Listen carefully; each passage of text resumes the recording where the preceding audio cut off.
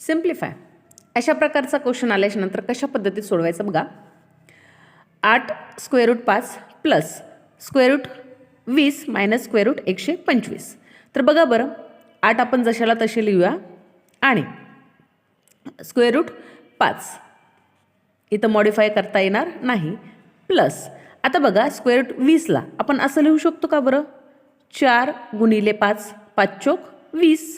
ठीक आहे. मायनस तसंच 125ला आपण काय लिहू शकतो, तर 25 गुणिले 5 म्हणजेच 25 5 2600. ओके. यानंतर बघा 8 square root 5 as it is, कारण की याच्यामध्ये काहीच करता येत नाही आपल्याला. तर इथे बघा प्लस, आता इथे स्क्वेअर रूटच्या बाहेर कोण येणार आहे, तर 4 येईल. 4 काय होणार आहे, 2 स्क्वेअर रूट 5. ओके. मायनस आता या ठिकाणी पुन्हा स्क्वेअर रूट 25 आहे, तर ते बाहेर येऊन जाईल म्हणजेच 5 स्क्वेअर रूट 5. ओके.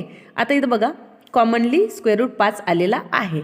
मग आपण काय करूया, तर त्या अगोदर 8 2 आणि 5 हे ब्रॅकेटमध्ये घेऊया. 8 प्लस 2 मायनस 5 आणि कॉमनली हा जो स्क्वेअर रूट आहे तो 5. ओके.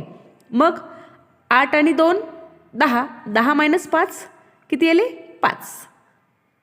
म्हणजेच 5 स्क्वेअर रूट 5 हे झालं आपलं उत्तर. त्याच प्रमाणामध्ये याचं मला तुम्ही आन्सर कमेंट बॉक्समध्ये द्या.